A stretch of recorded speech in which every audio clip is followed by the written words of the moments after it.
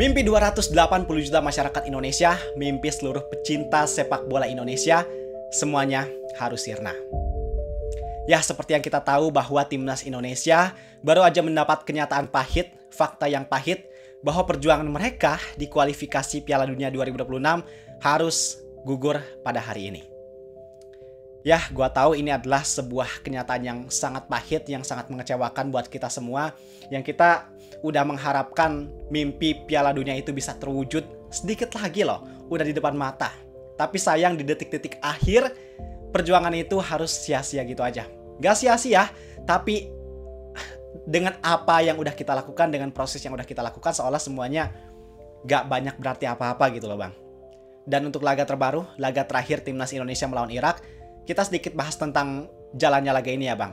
Jadi pada dasarnya permainan timnas Indonesia di laga ini jauh lebih improve dibanding laga sebelumnya, khususnya melawan Arab Saudi. Kita di sini bisa menguasai permainan, kita bisa tampil solid, bisa tampil rapih.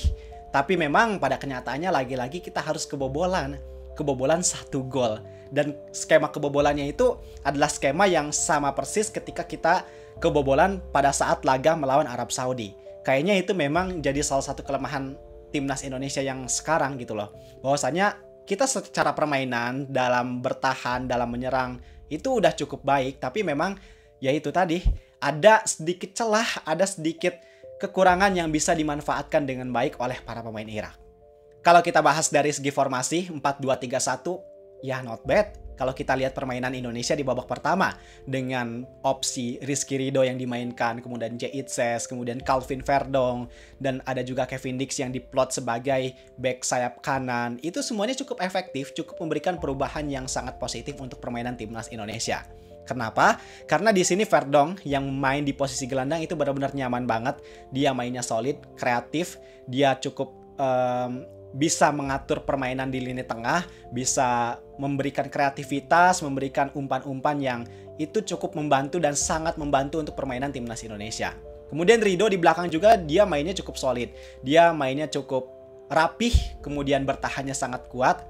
Tapi yang agak jadi tanda tanya, kenapa di lini depan yang main harus Mauro dan juga Eliano Renders, yang secara eksplosivitas rasanya masih kurang gitu loh untuk kita mengejar gol. Padahal kan kita di sini posisinya harus mendapatkan kemenangan. Di sini kita minimal banget kalau bisa mendapatkan surplus 2 gol, tapi kita memainkan pemain yang secara eksplosivitas kurang. Sedangkan di bangku cadangan ada pemain yang secara eksplosivitas tersebut itu jauh lebih baik.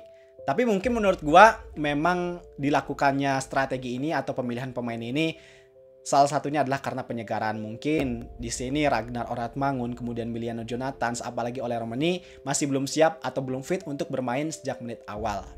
Apapun alasannya kita nggak tahu, tapi yang jelas kita nggak bisa mendapatkan gol dari skema open play. Dan itu yang jadi masalah dari skema yang diterapkan Patrick Kluivert, bukan cuma di laga ini tapi di laga-laga sebelumnya.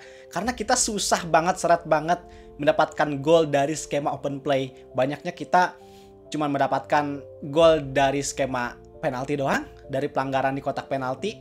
Kemudian di laga lawan Cina Taipei, ya walaupun kita hujan gol, 6 gol tanpa balas, tapi ya itu lawannya juga siapa. Dan ya itu yang masih menjadi masalah besar untuk permainan dari tim pelatih Patrick Kluivert ini. Ada juga yang perlu kita highlight dari laga ini adalah kepemimpinan wasit yang rasanya di laga ini benar-benar kurang maksimal, kurang memberikan keadilan, kurang ideal. Karena banyak momen kontroversial yang keputusannya itu sangat tidak tepat. Ada ketika momen Ole yang udah jadi orang terakhir, terus dia dilanggar tapi lawan hanya mendapatkan kartu kuning. Kemudian momen ketika Kevin Dix kelihatan dilanggar tapi malah Kevin Dix yang dianggap melanggar. Dan ya itu semua merupakan kekurangan wasit di laga ini. Tapi kita juga nggak bisa menyalahkan faktor-faktor tersebut karena pada dasarnya kita juga masih belum layak untuk mendapatkan kemenangan. Secara permainan walaupun kita bisa mendominasi, walaupun kita bisa memaksimalkan potensi yang ada, tapi kita masih belum maksimal, khususnya untuk mencetak gol. Dan dari apa yang telah ditampilkan di laga ini, menurut gua sebenarnya ya gak ada yang spesial. Kita masih gitu-gitu aja, walaupun ada perkembangan, tapi perkembangan itu nggak dilakukan secara konsisten, apalagi di babak kedua kita kan nggak bisa berkembang dengan lebih baik. Dan gua rasa emang kualitasnya udah mentok segitu. Bukan kualitas pemain, tapi kualitas dari taktik yang diterapkan.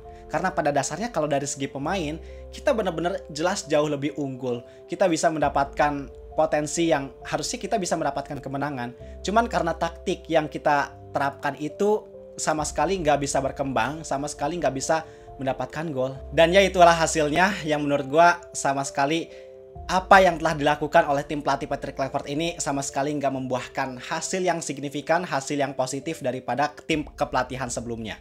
Lantas apa yang harusnya kita lakukan sekarang? Ya, tentunya kita harus mengevaluasi semuanya. Kita harus mengevaluasi semuanya dari awal sampai akhir. Khususnya untuk tim pelatih Patrick Kluivert ini. Apakah mereka telah melakukan sebuah perubahan? Apakah mereka telah melakukan sebuah kemajuan yang positif? Dan gua rasa kita semuanya pasti setuju. Gue yakin semuanya setuju.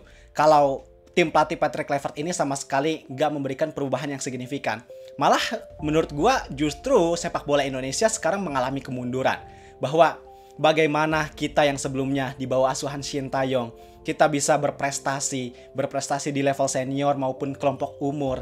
Tapi di bawah tim kepelatihan Patrick Kluivert ini, di bawah gerbong kepelatihan Belanda, kita yang tadinya bisa berprestasi, kita seakan satu persatu prestasi tersebut hilang gitu aja. Di senior sekarang kita gagal lolos dan gak bisa banyak bersaing. Kemudian di kelompok umur kita sama sekali bahkan gak bisa lolos ke Piala Asia untuk kelompok U23. Dan lain halnya, semuanya kita gak ada perkembangan sama sekali. Dan gua rasa ini menjadi suatu hal yang perlu dievaluasi, bahwa gak ada alasan buat kita mempertahankan tim pelatih Patrick Kluivert ini. Oke, mungkin ada yang gak setuju kalau tim pelatih Patrick Kluivert ini dibongkar semuanya. Tapi yang gue heran gitu ya, bahwasannya Erick Thohir atau PSSI ini melakukan pergantian pelatih itu kan dengan tujuan untuk mendapatkan hasil yang lebih baik. Tapi pada kenyataannya apa? Pada kenyataannya nggak ada hasil yang bisa kita dapatkan yang hasil itu lebih baik.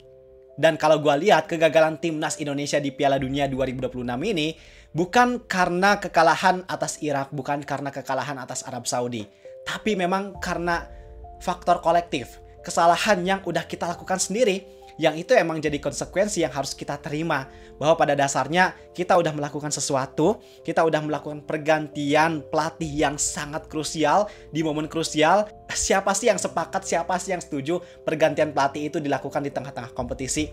Gak ada yang setuju. Gak ada alasan yang jelas dan masuk akal bahwa tim pelatih ini diganti dengan tim pelatih yang baru yang bahkan kualitasnya malah nggak jauh lebih baik. Dan tentunya pergantian pelatih di tengah-tengah kompetisi tersebut alasannya bukan karena untuk berproses, tapi memang untuk hasil yang lebih baik di kualifikasi Piala Dunia. Kalau untuk berproses, kenapa pergantiannya harus dilakukan di tengah-tengah kan? Bisa harusnya dilakukan di akhir, tapi ini karena dilakukan di tengah-tengah, artinya ada hasil yang diharapkan bahwa di kualifikasi Piala Dunia ini harusnya bisa mendapatkan hasil yang lebih baik, yang maksimal, tapi pada kenyataannya nggak jauh lebih baik. Bayangin dulu Shin Tae-yong dengan pemain yang belum semewah sekarang, dia bisa bersaing loh. Bisa menciptakan potensi untuk Piala Dunia itu sangat mungkin buat kita gapai. Tapi sekarang dengan pemain yang jauh lebih mewah, dengan tim pelatih yang katanya terbaik ini, tapi apa yang kita dapatkan? Gak ada bang. Jadi ya itu tadi, pada intinya gak ada alasan kita buat bisa mempertahankan Patrick Kluivert ini. Gak ada alasan yang masuk akal. Maka harusnya evaluasi dilakukan dan Patrick Kluivert harus dipecat. Gue sih berharap semoga ada solusi konkret yang dilakukan secepatnya untuk timnas Indonesia. Karena kalau situasi ini dibiarkan berlarut, bukan gak mungkin timnas Indonesia, sepak bola Indonesia yang tadinya udah mulai maju, malah mengalami kemunduran.